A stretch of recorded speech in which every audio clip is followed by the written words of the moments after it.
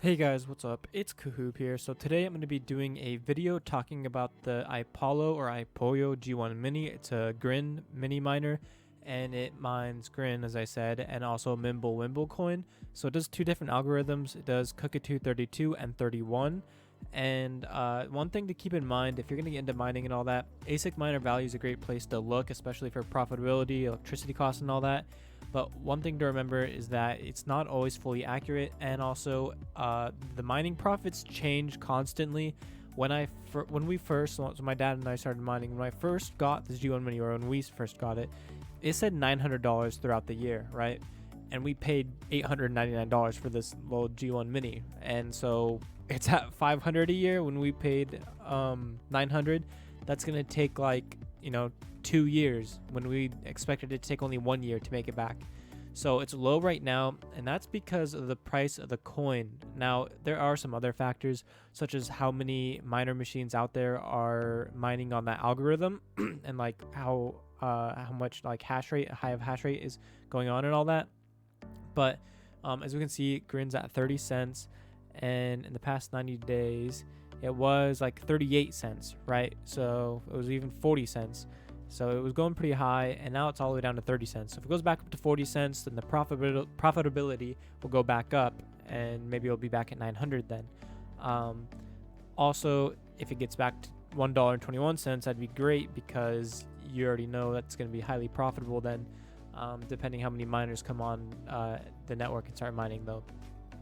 Of course, I'm going to keep it running because the electricity cost is so low compared to the amount. It's still profitable. Even though it's going to take years to make back, it's still profitable, so there's no reason not to run the machine. And especially if you just keep holding the coin, or you can convert it to other cryptocurrencies.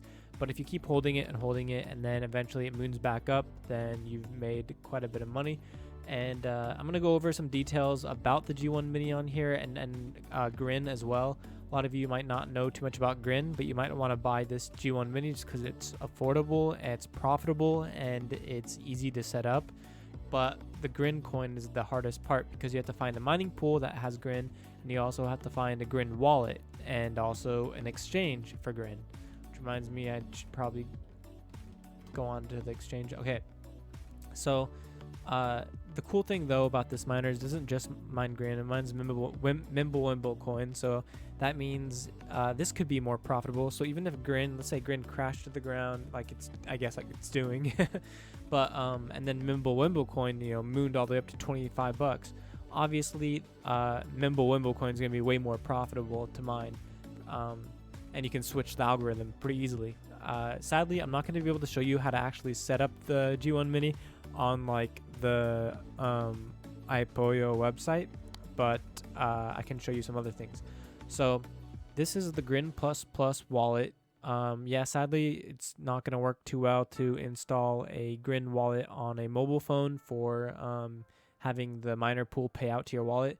It's going to be best because the wallet pays out, the miner or the mining pool pays out to your wallet every 2 hours for the one I found for Grin. And it's really low fees as well for Grin, so I really like it. Which, by the way, so I don't recommend installing Grin++. I'll have a link down in the description. It's private, secure. You can read it all. It's this is a privacy coin, so there's ton of privacy. And you just keep your wallet open, and as long as your wallet's open, then the mining pool will pay out to it.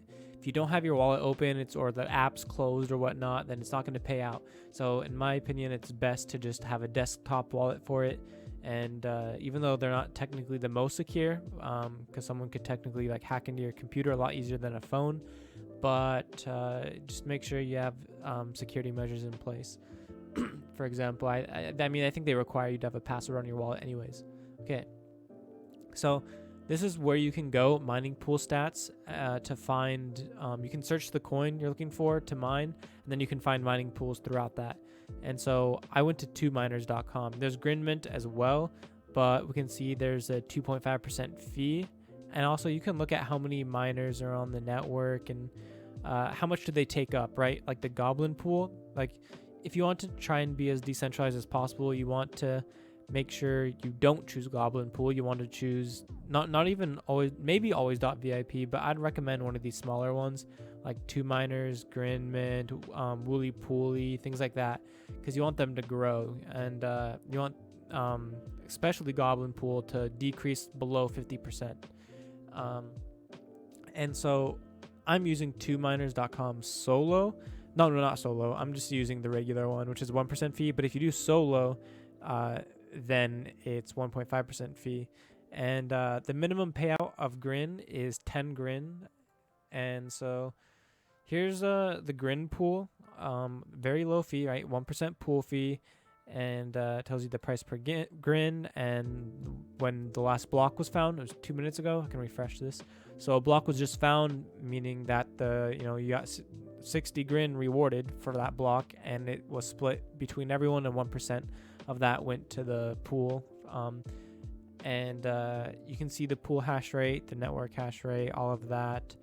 And there's some details on how to start and how to get going on this. If you have the Ipollo G1 Mini, it's right here, the ASIC settings, right here, settings for the G1 Mini. And you just enter in all that info on the place where the miner machine will tell you to go. I can't go on that right now because I don't have that set up on my computer. It's in my dad's office. But anyways, here's solo mining Grin Pool. The last block was found 6 hours ago, so it doesn't find blocks as much depending on the hash rate. But also, in this one you're competing against other people. So if you're doing a solo pool, it's because you want the full block reward, right? Other than the 1.5% pool fee. So basically you're trying to get 60 grand, right? And you might get lucky and get that full block to yourself, and then it'll say that's when the last block was found.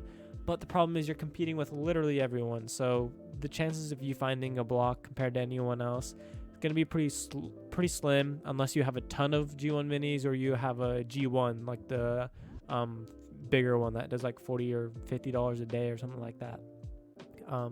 So with this mini machine, especially if you only have one of them, I'd highly recommend doing just the regular mining pool, not the solo one.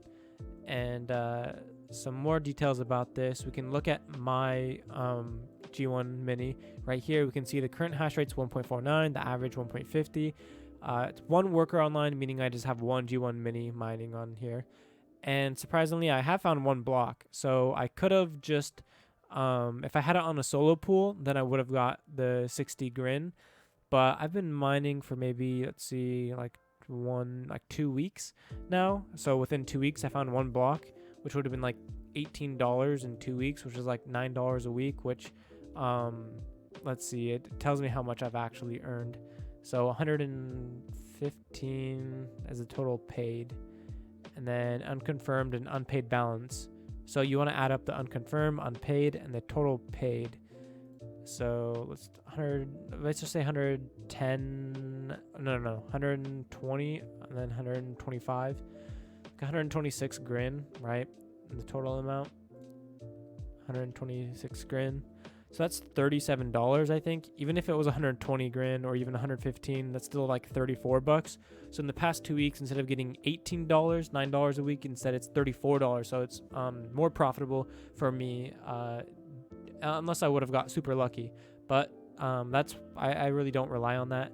That's why I just do the regular mining pool with the 1% fee, and it's just where everyone shares the block reward. So. And it's more profitable for me than the solo one. And you can see your hash rate right here. So it's like you just go to the 2miners.com and enter your wallet address right there. And once you do that, all this info should pop up if your miner's online. And then this is just to make sure your miner's actually mining and hashing away, so you can make sure it's working as it should be. And it's normal for it to fluctuate like that. It's not going to have a standard straight line, because the hash rate has a plus minus 10% of what the hash rate is to be expected.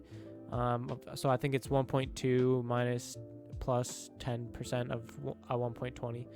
And I guess lastly, we should go to Tradeogre, and we can search Grin, and we can see it right here. There's a BTC Grin right here. So if you have Grin, you can sell some Grin, right? 115, and then sell, and then you can get that Bitcoin. So sign in and all that. And there's non-KYC. Tradeogre is non-KYC, so you don't need any of that stuff. But you can use Tradeogre to trade your Grin for Bitcoin, and then you can withdraw it to any wallet or exchange or anything like that. And so yeah, that's basically it for this video. If you have any questions or comments, leave them down below in the comment section below, and I'll get back to you as soon as I can. And I hope this video was helpful. So I'll have all these links down in the description. I'll have the CoinGecko for Grin. I'll have the Grin Wallet for you to download, the desktop wallet. Then I'll have this link down in the description for you to check any mining pools for any coins that you're going to be mining. And then I'll also put 2 miners down in the description, just because that's the one I personally use. And to be able to convert Grin to any other cryptocurrency, I will have Tradeogre for that, because you can convert it to Bitcoin and it's non-KYC as well. All right, hope you guys enjoyed this video. If you did, please give it a thumbs up, subscribe for more future content like this, and I'll see you guys later in my next video.